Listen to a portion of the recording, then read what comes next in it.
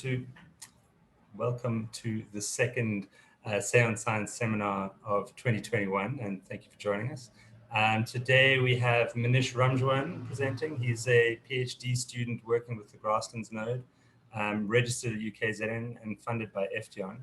Manish's research is broadly looking at surface and groundwater in northern KZN. And today he'll be telling us about groundwater in the Maputaland region and the work he's been doing with satellites.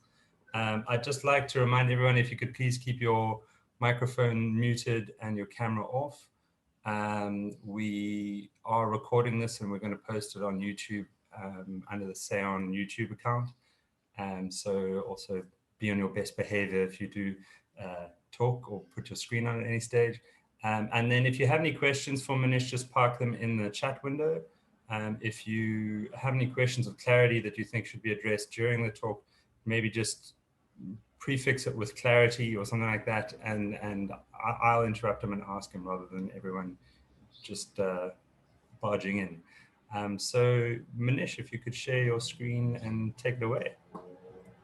Oh, lastly, Manish, sorry, I'm going to add you as a co-host just in case something happens to my connection, and that way things don't drop. Cool. Take it away. Perfect. Thanks, Jasper. Just make sure the screen is cool. So as Jasper said, my presentation today, I'll be looking at the GRACE satellite product and using that to determine groundwater storage in the Maputaland Coastal Plain. So just for interest, the image on your screen here is the Lake Sibayi, and that's located in the Maputaland Coastal Plain. And just over these coastal forests here is the Indian Ocean, just to give you some context of where we are, but I'll show you a better map later on so you know where we are. So just some background, with relation to groundwater, approximately 2 billion people rely on this primary source worldwide, and a large population of Africa, going up to 75%, use this on a daily basis. And the overuse of those resources has caused a number of environmental problems, locally and globally. And we don't really need to look very far to see this. The Maputaland Coastal Plain is one of the key sites for the SAEON Grasslands node. And the focus is on the impact of land use and climate change. And the images here you see from 2014 down to 2018 is the Lake Sibayi, which I just showed you earlier on. And you can see this dramatic decrease in lake water levels over this 5-year period or so. And what's concerned is that it's a rather unique system in that it's a fully groundwater driven system. And there's been major concern of water depletion in this area, and rightfully so. So just to provide some indication, there's been a few studies that indicated that what are the causes, and they've indicated that climate change and land use change has had an impact on groundwater levels in this area. These studies conducted by Glove and Demi 2018, as well as Smithers and colleagues 2017. And they indicated that a combination of decrease in rainfall and the presence and increase of commercial forestry has had an influence on groundwater as well as the lake levels. And Smithers and colleagues highlighted that 35% in the drop of the lake water levels were a result of commercial forestry surrounding the lake, and indicated that if we had to remove some of that forestry, the water yield would increase along the lake. And part of the work that I conducted last year, part of the PhD that I was looking at, land use change analysis of the Maputaland Coastal Plain. So the images on your screen here, we have the 1986 satellite image or land use processed image, and then we have the 2019 image on your right-hand side. And we looked at commercial forestry, wetlands, and water bodies. Your commercial forestry being the orange color. And we can see in 86, most of the commercial forestries were located in close proximity of the lake. Sorry, this is Lake Sibayi right here. And if we look in the 2019 image, you see a lot of the commercial forestry has expanded further north as well as inland, also bordering the conservation areas, so that red border that you see here. And interesting to note here in your 2019 image in this region here is that part of the lake, the southern part of the lake, has been totally disjointed from the main lake.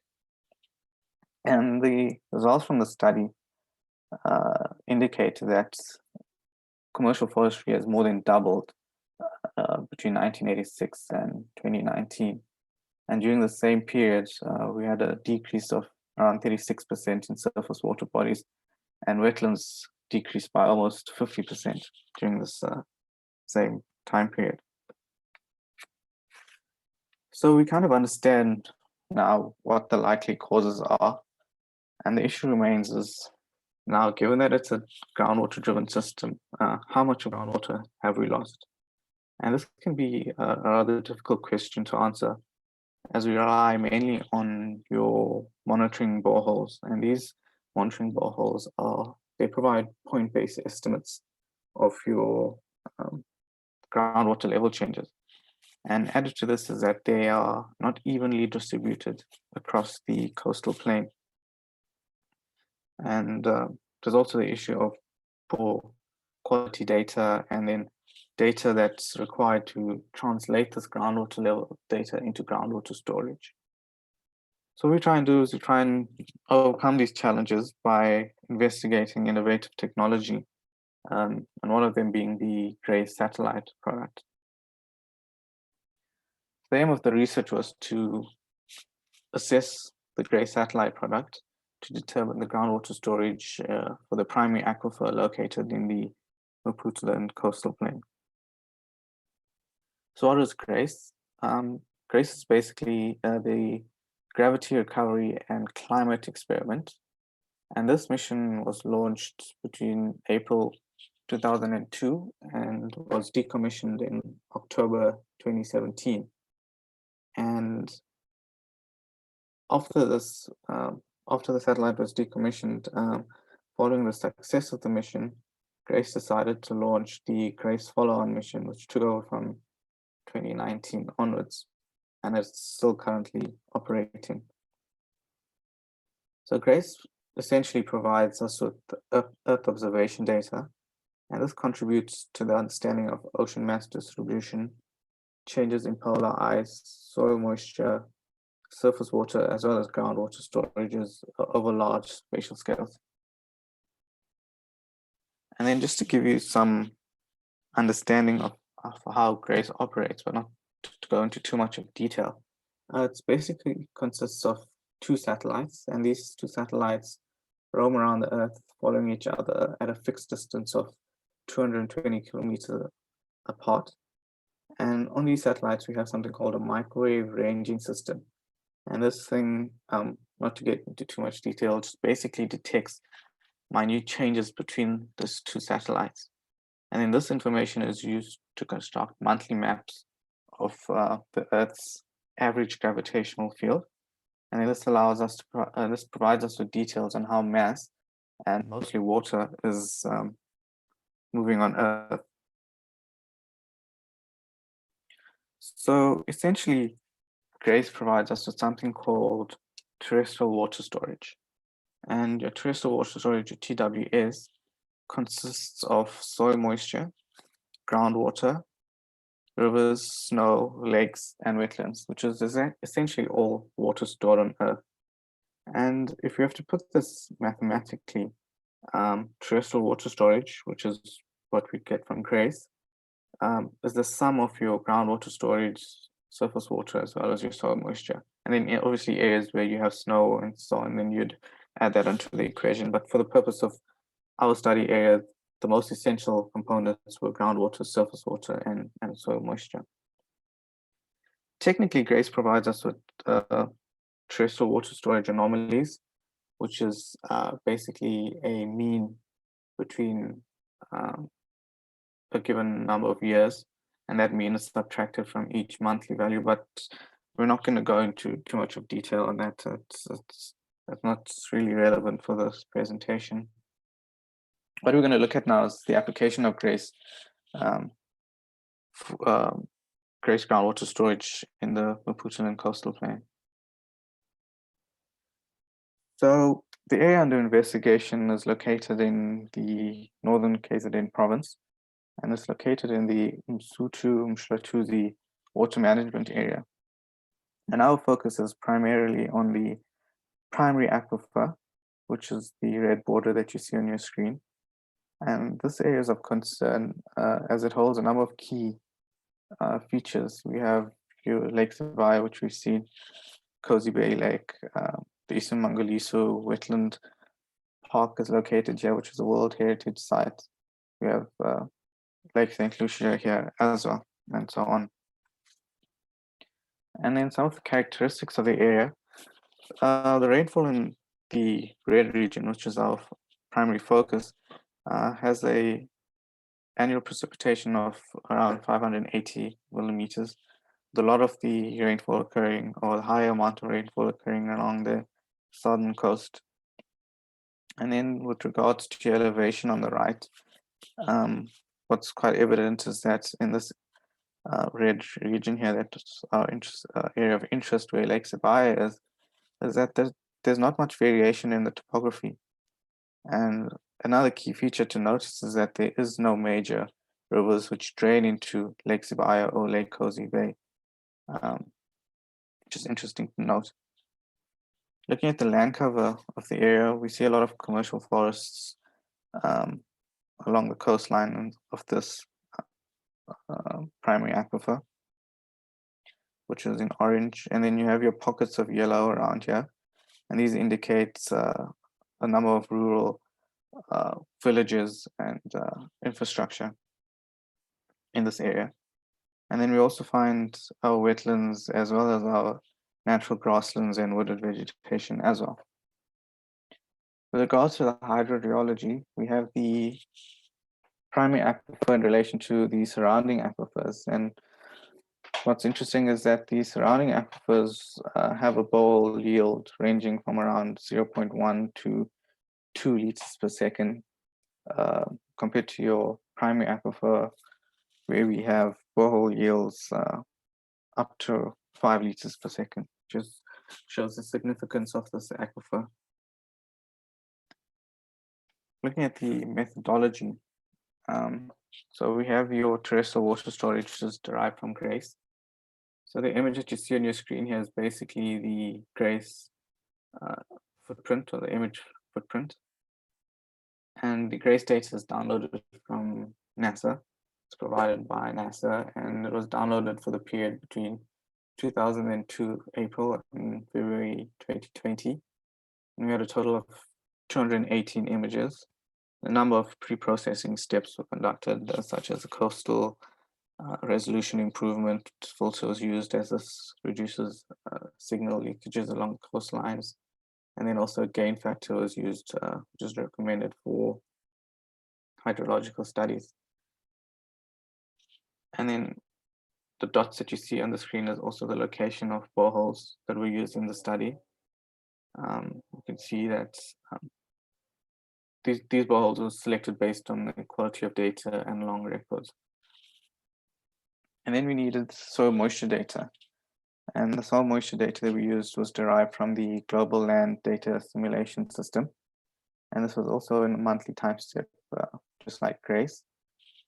This data came in a resolution of 0.25 degrees. And the product was produced using the NOAA land surface model. And it was obtained for the same period as the GRACE and the surface water data from April 2002 to February 2020. And then lastly, we required surface water data. And this data was obtained from the Department of Water and Sanitation. And for the study of the primary aquifer, the most relevant water bodies were the Kosi Bay Lake, Lake Sibayi, and Lake St. Lucia. And I'll bring you back to this equation that we saw earlier. So earlier on, we had your terrestrial water storage, which is equal to the sum of your groundwater, soil moisture anomalies, and your surface water.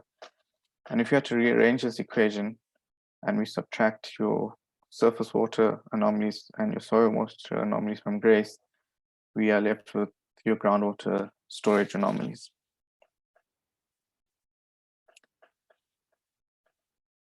So looking at some of the results, we conducted a validation study, and the comparison was done between the in-situ groundwater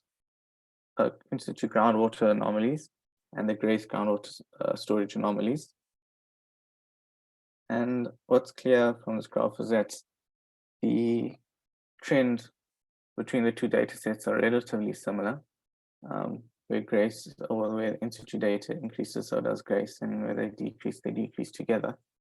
What's obvious is the exaggeration with GRACE tends to be higher and lower at the extremes.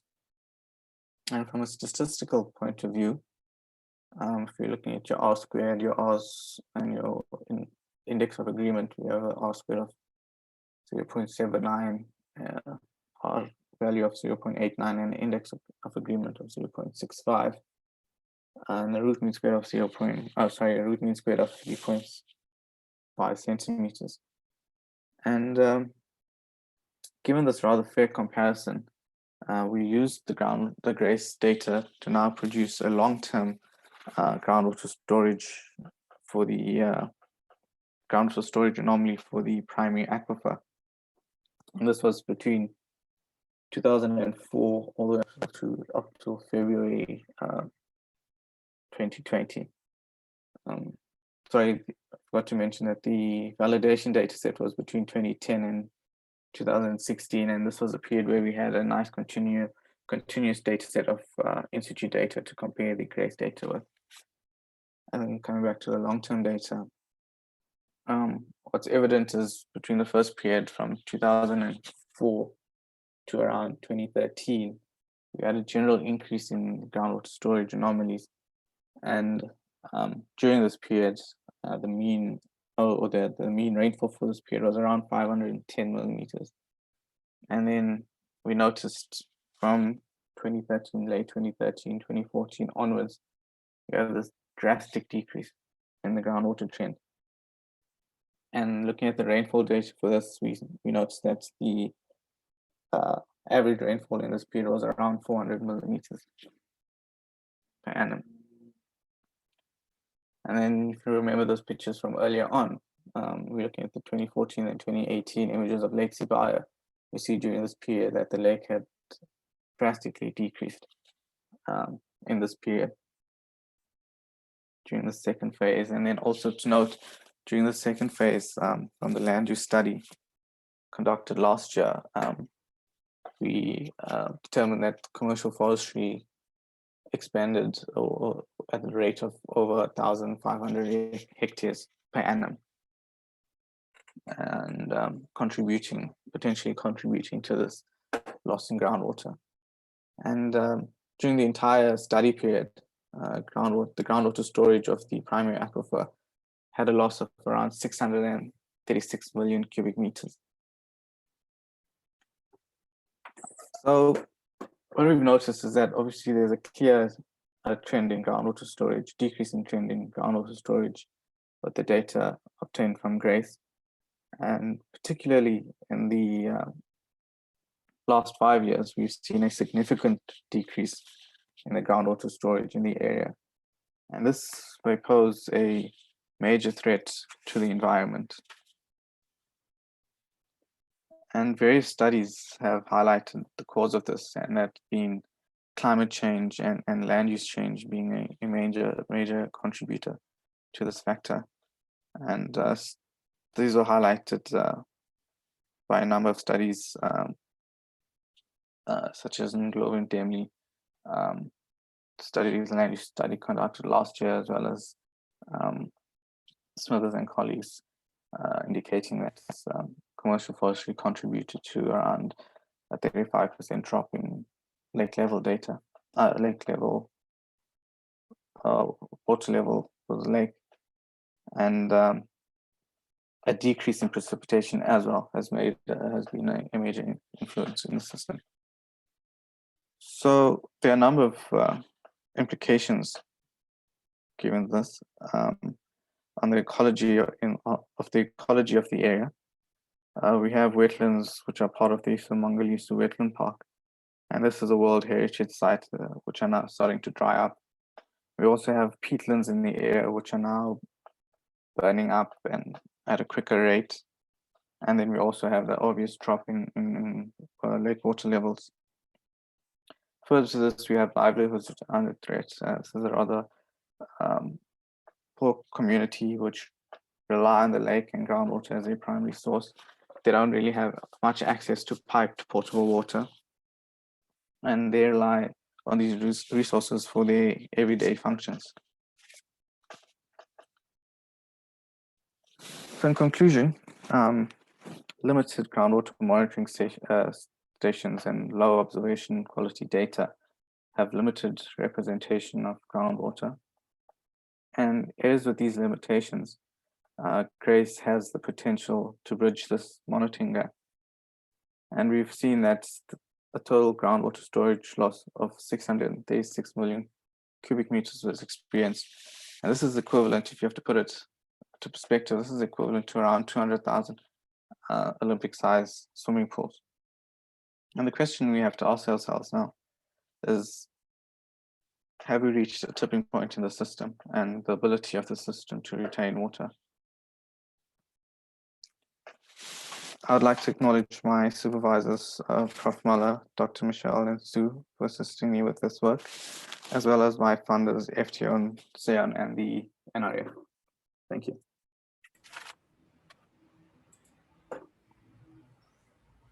Great, thanks, Manish. Short and sweet. That said, you haven't got away. There's lots of questions coming, so you may be with us for a while. So I'm just going to go through a few. Nikki, have a look at the chat. Lucian sent a link to a WRC report that he thinks you might find handy if you haven't seen it. Okay. And then Nikki said she noticed that on the two maps, the land cover map showing plantations at 2 times, it seems there's been a change from big solid blocks of plantation to more dispersed smaller patches. And has there been any consideration of the patterning of land use and how that might impact groundwater in a large sand aquifer? So whether not just the percentage cover of plantation has an influence, but whether it's localized dense patches versus this kind of spread out, it seems to be what we were seeing in that image. Yeah, so from what I understand, a lot of these small patches, they have actually been formed by the local communities. They've been given incentives to plant these commercial forestries. I'm not too sure how that small concentrated plantations would have an impact on the water resources compared to the larger areas. I actually haven't looked into that, but that could be something that might be quite interesting to see how concentrated areas influence groundwater compared to more spaced out, sparsely spaced out. And then I see the other thing, Sue suggests that actually many of those areas that have blipped out of being plantation are actually just areas that have been harvested and replanted. Yes, correct. So yeah. So the satellite obviously struggles to pick up the seedlings and the harvested areas. So picked up mainly the more mature plantations that are out there. Yeah, and from the catchment experiment data at Yonkusuk and Cathedral Peak, one of the signals is that the water use can actually be higher before it reaches full maturation of a plantation, because in that development phase, the plants are growing and using much more water. So I suppose it's something to bear in mind if you use that plantation cover in your models at any stage. Yes. Paul was asking about the long-term average rainfall, and was the first period significantly higher than the second? I think you did cover that, but Yeah, so just looking at those two periods, the first period, the average rainfall between 2004 and 2013 was around 508 millimeters per annum, and then it decreased to around 400 and something. I can't remember exactly, 416 millimeters. And the long-term average was around 580 millimeters per annum from one of the stations that I've got here. Okay. And then Tertia was asking whether your in-situ groundwater measurements from monitoring boreholes were measured with a handheld instrument or a logger. You have logger data. That was logger data. Yeah, those were logger data. I got those from the Department of Water and Sanitation. Okay. Sorry, I'm just catching up. There's new ones coming thick and fast that I haven't read yet. So Tony says, the Lake Sibayi seems to have dropped by well over a meter, but groundwater anomaly was only around 15 centimeters. Is this difference due to a big spatial variation in groundwater changes in the broader region, or are other factors contributing to declines in the lake?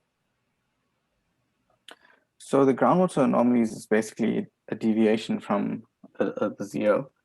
Okay. And this is considered for the entire coastal plain. So not just the catchment around the lake. So there would be a bit of a difference in that. Okay. Okay, so it's kind of averaged over, and in some places it'll be... it would be more, yeah, yes. Okay. It's because of the scale of the pixels of grace, it's very hard to get a local understanding of it. We're looking at around 25 Ks or so. Pixel sizes, which are rather big here. Yeah, it's a big. Tertia is asking if the GRACE product accounts for aquifer dimensions, so not just area, but depth as well. So can you repeat that? So Tertia says, does the GRACE product account for aquifer dimensions, not just area, but depth as well? Not that I know of now. Yeah. It's just gives you, just a change, yeah. Change in the surface. And then is there any indication of inflow from neighboring aquifers from the west to compensate for loss of groundwater in the Maputaland Coastal Plain? I think that is something that's being looked into. The general flow of groundwaters from the west to the east, that's what we understand. The contribution from the surrounding aquifers, I'm not too certain about. There have been thought of maybe the water released from the Pongola Dam flowing down the downstream from the downstream river, maybe contributing to the groundwater, but I'm not too certain if that has any influence on the primary aquifer. Yeah. I think Sue might have a bit more understanding on that area. I know she's been looking into it, but yeah. Yeah, it'd be interesting to see if that inflow has changed, which I imagine it would have if the rainfall record has shown such a step in your area. Aubrey was asking about what causes the data gaps in the GRACE record. So the big gap that you see around this area here, that's when GRACE was decommissioned. So they ran up until 2017, and then they stopped the mission then, and then they picked up again in 2019. And then these gaps are just cloud cover, lack of data. You don't get data unless cloud cover. So yeah. Okay. Yeah, and then sorry, I missed this, but Nikki was just elaborating on her original question around the spatial configuration of plantations. She was wondering whether an aggregated plantation would kind of deplete the groundwater in that area and then not really be able to use much more, whereas this kind of more spread out has access to more sites. But I think you pretty much covered that. Julia says, looking at longer term rainfall data, i.e. before the GRACE data period, have there been periods that were anywhere near as low as the 2014 to 2020 period? And are there any lake level or borehole data for those times? So the 2014, 2015 period was the most recent drought period that we experienced. Prior to that, there were lower rainfall record rainfall experienced. I can't recall at the top of my head now if they were actually lower than this period. I'll have to go back and check. Okay. And there are groundwater data available. I think there's some boreholes that go quite far back, prior to I think 90 up to 98 or so. Okay. But the quality of the data is just, there's a lot of gaps in the data and very difficult to use. Okay. And no indication of the lake ever having been this low before? No, not that I'm aware of, no. No. And then I suppose I had a question about, so if Grace is doing total water storage, and it's got the various components, and I might have missed this, you might have presented this, but how are you decomposing the groundwater storage from the kind of storage and vegetation and surface water and stuff? And do you have good measures for how much water there would be in the vegetation if the vegetation covers change much? And that kind of thing, other than just the plantations?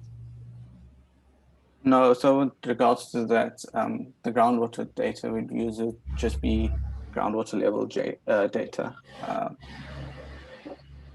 Sorry, can you just repeat that, sir? So from the Grace data, it gives you total water storage, is that right? Yeah.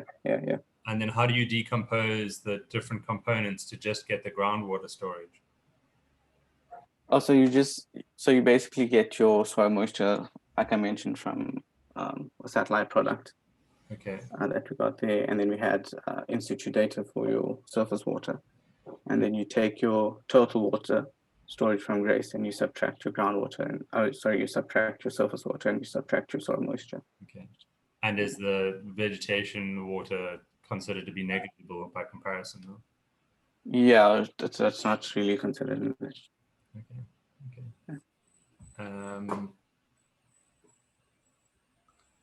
Sue, I think, is saying that the lake hasn't been this low in recent history, but yes, in paleo history.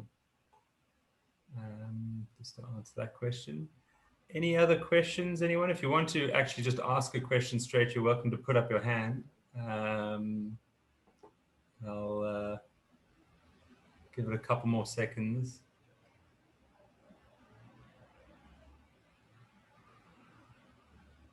Otherwise, I think all that remains is to thank Manish very much for his time and for preparing the presentation for us. Gregor has come in with a late question. What's happening with the quality of the water? Is that anything that we have? Do we have any data for that? I actually haven't looked at the quality of the data, but what is of concern is that if the lake levels do drop much further, there's concern that we'd get some saltwater intrusion from the ocean. Okay. I'm not too sure at what level that will occur, but that is a concern in the area. Yeah. That will obviously have a devastating impact on the lake. Yeah, and you would imagine that any kind of point sources of pollution will be being drawn further from those points if the water level is dropping. Sue says water temperature and nutrient concentrations are increasing. Okay, well, thank you very much for your time, and we wish you luck with the remainder of your PhD, and we hope to hear updates as we go along. Thanks for a great presentation. Cool, thanks.